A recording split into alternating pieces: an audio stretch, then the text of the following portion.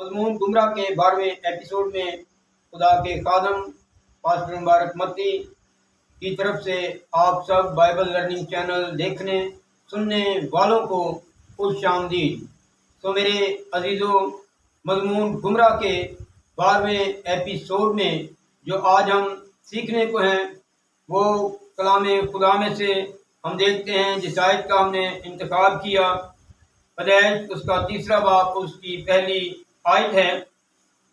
اور سانپ کل دشتی جانوروں سے جن کو خداوند خدا نے بنایا تھا چالاک تھا، اور اس نے عورت سے کہا، کیا واقعی خدا نے کہا ہے کہ باغ عدن کے کسی درخت کا پھل تم نہ کھانا؟ تو میرے عزیزوں، اس آیت کو سمجھنے جاننے کے لیے ہم دعا کرتے ہیں۔ قدوس قدوس رب القادر، اشکرو کہ رب زمین و آسمان کے خدا، تیرا شکر کرتے ہیں تو نے فضل دیا کہ ہم تیرے حضور جھکیں اور تجھے یاد کریں، تیرے کلام کو بیان کر پائیں۔ اے میرے خدا میں فضل بخش کے تیرے کلام کی منادی کو تیری مرضی سے بیان کر سکیں۔ اے خدا تعالیٰ کی اکلوتے بیٹے ہمارے منجی نجات دیں، جس ناصری تیرے کرم اور تیرے فضل کو مانگتے ہیں کہ ہمارے ذہنوں کو ویسے ہی کھولیے جیسے اپنے شاگردوں کے ذہن کھولے، تاکہ کتاب مقدس کو اچھے طریقے سے خود سمجھ کر دوسروں کو سکھانے کے لائق ہوں۔ اور جتنے اے میرے خدا کلام کو سنے، اس مضمون کو سنے، ان سب کے ذہنوں دلوں خیالوں سوچوں کو کھولیے گا، ان کے کانوں کو کھولیے گا تاکہ خوب اچھے سے سن سکیں۔ خدا پاک کو اس سارے کام میں، اس ساری منادی کی خدمت گاری کے کام میں ہماری مدد کیجیے، تاکہ جو لوگ تیرے کلام کو سنیں، سیکھیں، سمجھیں، اور وہ اپنے لیے، اپنے گھرانے کے لیے، اپنے ماں باپ کے لیے اور اپنے ملک و قوم کے لیے برکت کا سبب بنے۔ اے میرے خدا، ہماری ساری منت فریاد و شکر گزاری کو سنو، قبول فرما۔ باپ سب کچھ تیری اکلوتے بیٹے اپنے منجی نجات دے کے قدوس یسوع مسیح ناصری نام سے مانگتے تو بخش دے، آمین۔ تو میرے عزیزوں، پچھلے ایپیسوڈ میں ہم یہ جان چکے کہ جو آسمان پہ پہلا گمراہ ہوا وہ ایک فرشتہ تھا، ایک ممسوک کروبی تھا، اور وہ نہ فقط خود گمراہ ہوا بلکہ اس نے ایک بڑا لشکر، فرشتوں کا ایک لشکر اپنے ساتھ گمراہ کیا اور انہیں ملا کر ایک جنگ کی۔ اور آج ہم جو سیکھتے ہیں، یہ روئے زمین پہ پہلا انسانوں میں سے سب سے پہلا انسان جو گمراہ ہوئے ہیں، اور انہیں گمراہ کرنے کا سبب بھی وہی پرانا سانپ، وہی ابلیس جو شیطان کہلاتا ہے، اسی نے ان کو بھی گمراہ کیا۔ اور ہم سیکھتے ہیں کلام خدا میں سے کہ پہلا جوڑا، پہلا انسان، عورت کس طرح گمراہ ہوئی اور کس طرح ابلیس کا، شیطان کا، اس پرانے سانپ کا شکار ہوئی۔ کلام خدا میں سے پیدائش 3 باب کی پہلی آیت سے شروع کرتے ہیں، اور سانپ کل دشتی جانوروں سے جن کو خدا نے بنایا تھا چالاک تھا، اور اس نے عورت سے کہا، کیا واقعی خدا نے کہا ہے کہ باغ کے کسی درخت کا پھل تم نہ کھانا؟ یہ بات ابلیس نے، شیطان نے جب عورت سے کی تو اس کے اندر کے دل کے خیالات کو معلوم کرنا چاہتا تھا، کیونکہ یہ نہیں کہ اسے معلوم نہیں تھا کہ خدا نے صرف ایک ہی پھل سے نے منع کیا، وہ سب کچھ جانتا تھا، اور جاننے کے باوجود اس نے اندر کے خیالات معلوم کرنے کے لیے عورت سے یہ بات کی اور ایسا سوال کیا کہ جس سے وہ بتائے کہ خدا نے سب پھلوں کو تو کھانے کے لیے کہا، لیکن صرف ایک ہی ایسا درخت ہے جس سے منع کیا گیا ہے۔ اور عورت جواب دے رہی ہے 2 آیت سے، عورت نے سانپ سے کہا کہ باغ کے درختوں کا پھل تو ہم کھاتے ہیں، اور جو درخت باغ کے بیچ میں ہے اس کے پھل کی بابت خدا نے کہا ہے کہ تم نہ تو اسے کھانا اور نہ چھونا ورنہ مر جاؤ گے۔ یہی ابلیس اندر کی بات کو جاننا چاہتا تھا، تاکہ اس پھل کے بارے میں، جس پھل کے بارے میں خدا نے منع کیا ہے، اس کے بارے میں ہی عورت کو بہکائے اسے کھانے کے لیے آگاہ کرے اور اس کی خصوصیات اور سب کچھ بتائے۔ تو چوتھی آیت میں تب سانپ نے عورت سے کہا کہ تم ہرگز نہ مرو گے، بلکہ خدا جانتا ہے کہ جس دن تم اسے کھاؤ گے تمہاری آنکھیں کھل جائیں گی اور تم خدا کی مانند نیک و بد کے جاننے والے بن جاؤ گے۔ سانپ نے جو کچھ کہا، ابلیس نے جو کچھ کہا، اس میں صرف ایک ہی بات میں اس نے جھوٹ بولا، اور وہ بات یہ تھی کہ تم مرو گے نہیں۔ تو میرے عزیزو، باقی جو باتیں اس نے کی وہ پھل یقیناً ایسا ہی پھل تھا۔ چھٹی آیت میں دیکھتے ہیں، عورت نے جو دیکھا کہ وہ درخت کھانے کے لیے اچھا اور آنکھوں کو خوش نما معلوم ہوتا ہے اور عقل بخشنے کے لیے خوب ہے، تو اس کے پھل میں سے لیا اور کھایا اور اپنے شوہر کو بھی دیا اور اس نے کھایا۔ تب دونوں کی آنکھیں کھل گئیں اور ان کو معلوم ہوا کہ وہ ننگے ہیں، اور انہوں نے انجیر کے پتوں کو سی کر اپنے لیے لنگیاں بنائیں۔ تو میرے عزیزو، یہ روئے زمین پہ بنی نوع انسان میں پہلی نافرمانی پیدا ہوئی، اور اس طرح یہ پہلا جوڑا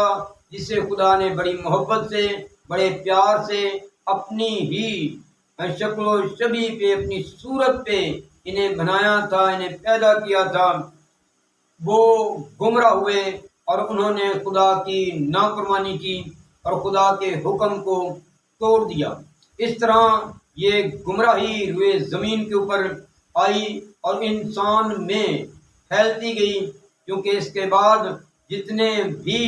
انسان پیدا ہوئے وہ سب اسی آدم اور اسی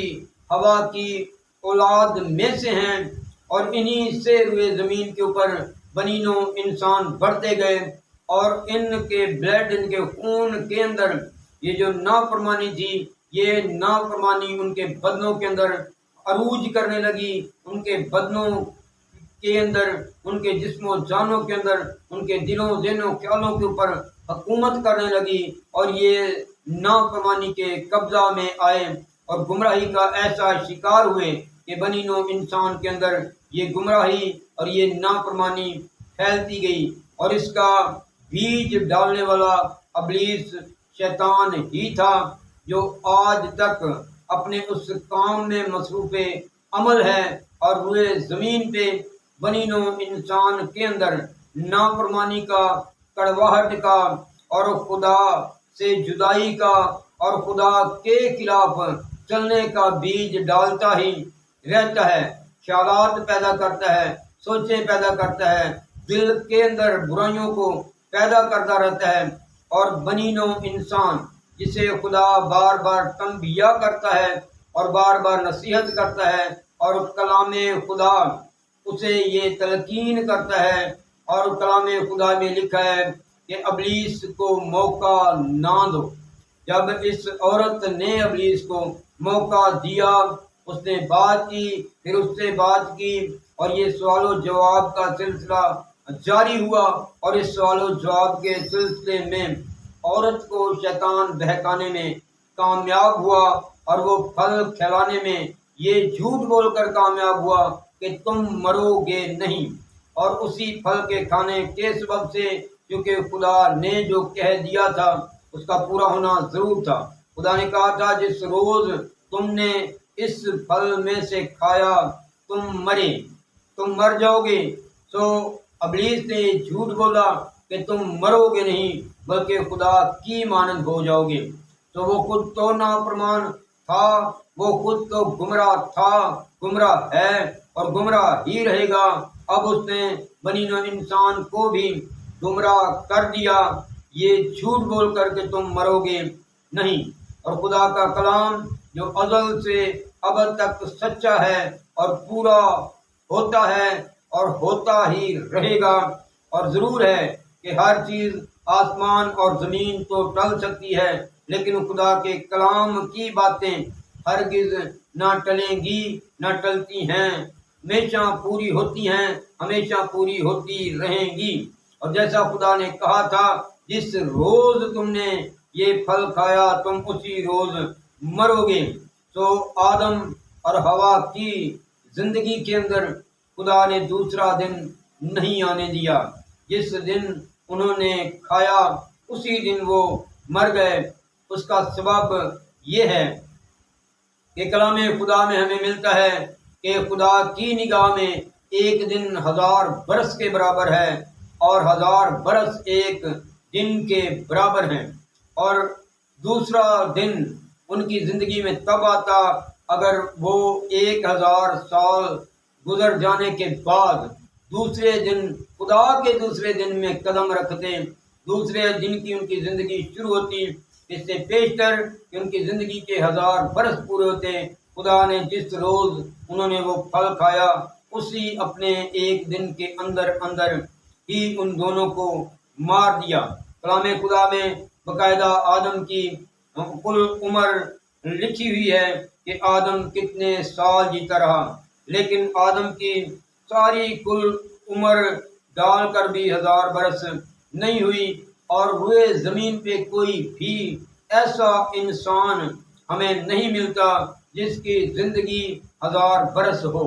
سب سے جو لمبی عمر پائی وہ متوسلا نے پائی، لیکن اس کی عمر بھی 969 برس ہوئی۔ اس کا مطلب کہ 1000 سال ہونے میں ابھی اس کے بھی کچھ سال باقی تھے کہ وہ بھی اسی خدا کے ایک دن کو پورا کیے بغیر ہی اس روئے زمین سے چل بسا۔ اور کہنے کا مطلب یہ ہے کہ اس طرح یہ روئے زمین کے اوپر نافرمانی گمراہی نے جنم لیا اور انسانوں کے اندر یہ بڑھنے لگی، اور بڑھتے بڑھتے یہ پہلا گناہ تھا جو روئے زمین پہ بنی نوع انسان نے کیا اور خدا کے نافرمان ہوئے۔ اور دوسرا جو گناہ روئے زمین پہ ہوا اس کا سبب یا اس کی وجہ اب کون ہوا؟ تو کلام خدا میں سے ہم دیکھتے ہیں پیدائش اس کا 4واں باب اور اس کی 9ویں اور 10ویں آیت کو جب ہم پڑھتے ہیں تو کلام خدا میں ہمیں اس طرح ملتا ہے، تب خداوند نے قائن سے کہا کہ تیرا بھائی حابل کہاں ہے؟ اس نے کہا مجھے معلوم نہیں، کیا میں اپنے بھائی کا محافظ ہوں؟ پھر اس نے کہا کہ تو نے یہ کیا کیا؟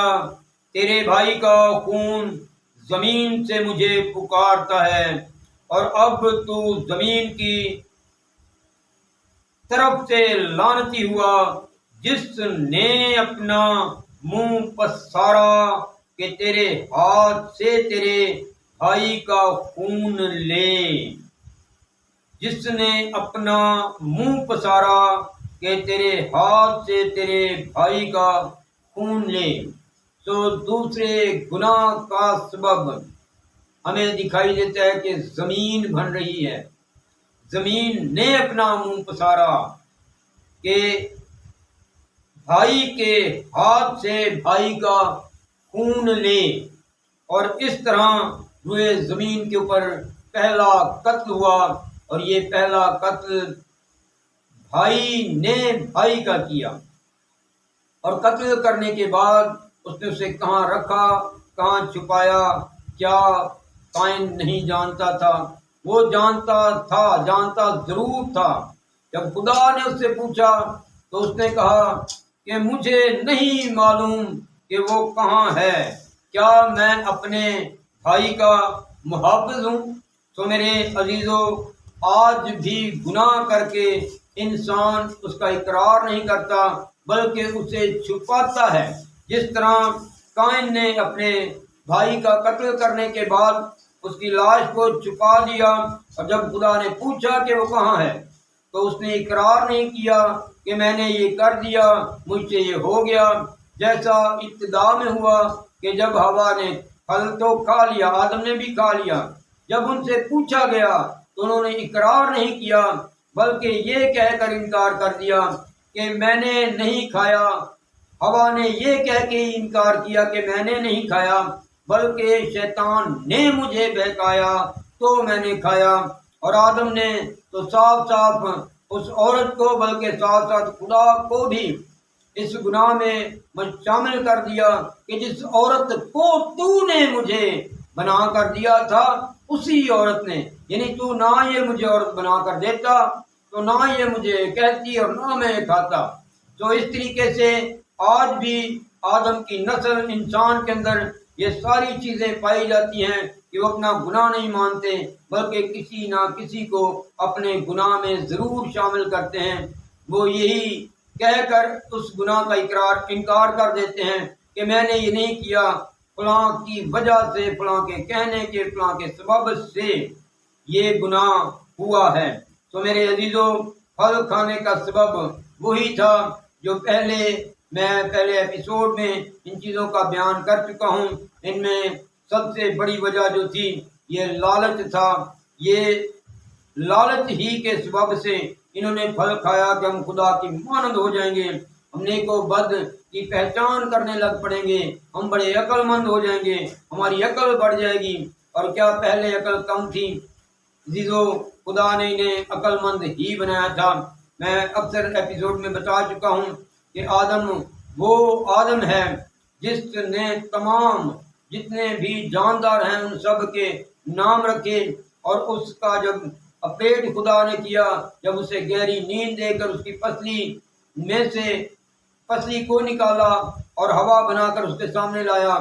تو وہ تو بڑی گہری نیند میں تھا جب اس کی پسلی نکالی گئی تھی۔ اسے کیسے معلوم ہوا کہ یہ میری پسلی ہے، میرا گوشت ہے؟ وہ عقل مند تھا، اس نے اسے پہچان لیا کہ یہ میری ہڈی میں سے ہڈی، میرے گوشت میں سے گوشت ہے،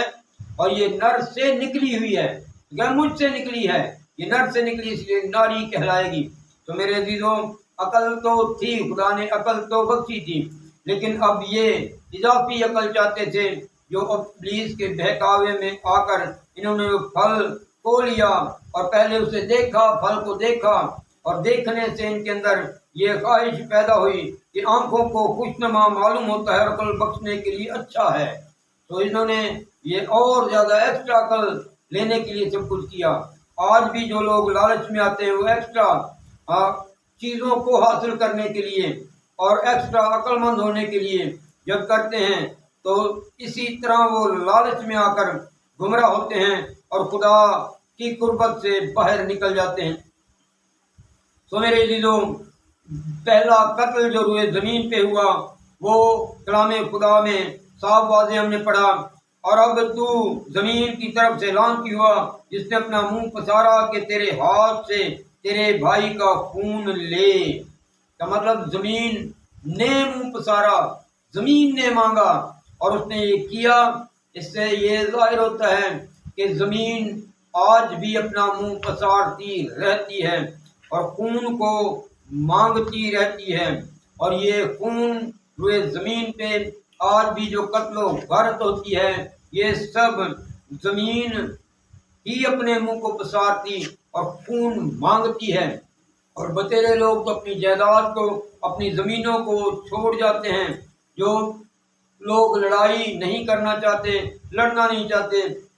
وہ کہتے ہیں زمین کے ٹکڑے کی خاطر کیا ہم اپنے بچوں کو قتل کروا دیں یا مروا دیں، تو وہ زمین کے لیے لڑتے نہیں، جھگڑتے نہیں، کیونکہ زمین پہ قبضہ کرنے کے لیے بعض دفعہ کئی دو پارٹیاں آپس میں جھگڑتی ہیں، پیرویں ہوتی ہیں، قتل و غارت ہوتی ہے، اور زمین ہی کے سبب سے بہت ساری جانیں ضائع ہوتی ہیں اور خون بہتا ہے۔ اور یہ سب کچھ روئے زمین پہ بنی انسان کے اندر موجود ہے اور یہ چل رہا ہے، اور یہ سب نافرمانی ہے، اور یہ سب چیزیں کہاں سے نکلتی ہیں، کہاں سے پیدا ہوتی ہیں، اور کس طرح سے یہ پیدا ہوتی ہی رہتی ہیں، اور بنی نوع انسان کو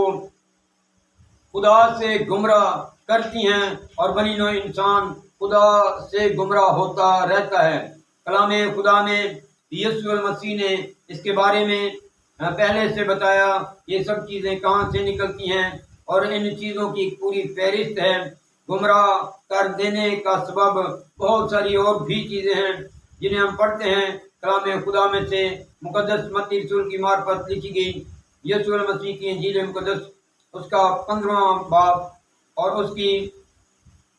آیت نمبر 19 سے ہم پڑھتے ہیں۔ کلام خدا میں لکھا ہے، کیونکہ برے خیال خون ریزیاں، زناکاریاں، حرام کاریاں، چوریاں، جھوٹی گواہیاں، بدگوئیاں دل ہی سے نکلتی ہیں۔ یہی باتیں ہیں جو آدمی کو ناپاک کرتی ہیں، مگر بغیر ہاتھ دھوئے کھانا آدمی کو ناپاک نہیں کرتا۔ یہ سب وہ چیزیں ہیں جو بنی نوع انسان کے دل کے اندر جنم لیتی ہیں، دل کے اندر پیدا ہوتی ہیں اور دل ہی سے نکلتی ہیں۔ اور یہ کیسے دل ہیں، یہ کون سے دل ہیں جن کے اندر یہ چیزیں جنم لیتی ہیں؟ کن دلوں کے اندر یہ چیزیں بسیرا کرتی ہیں؟ یقیناً یہ وہی دل ہیں جن دلوں کے اندر یسوع مسیح موجود نہیں، کیونکہ کلام خدا میں لکھا ہے کہ دیکھ میں تیرے دل کے دروازہ پر کھٹکھٹاتا ہوں، اگر تو اسے کھولے تو میں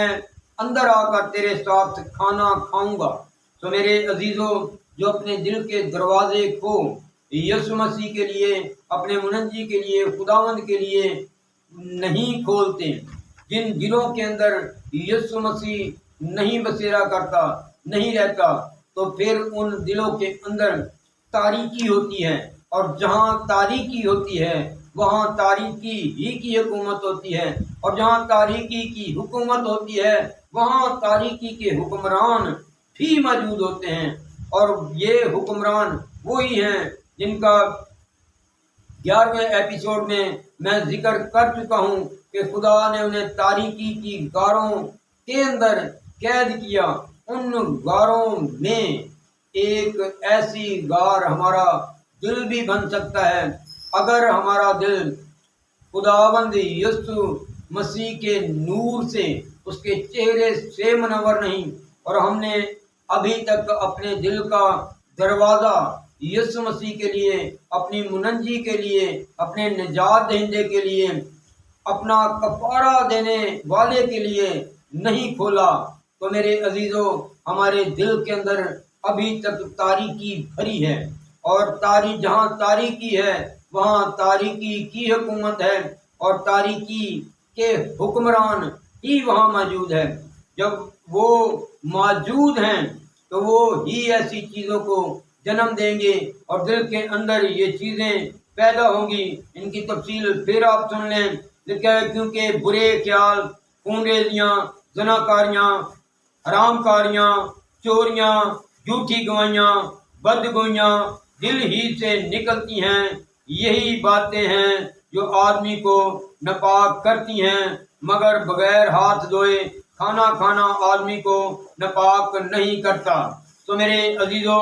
کلام خدا ہمیں یہ بات بتا رہا ہے کہ ہم نے خدا کے لیے اپنے دل کو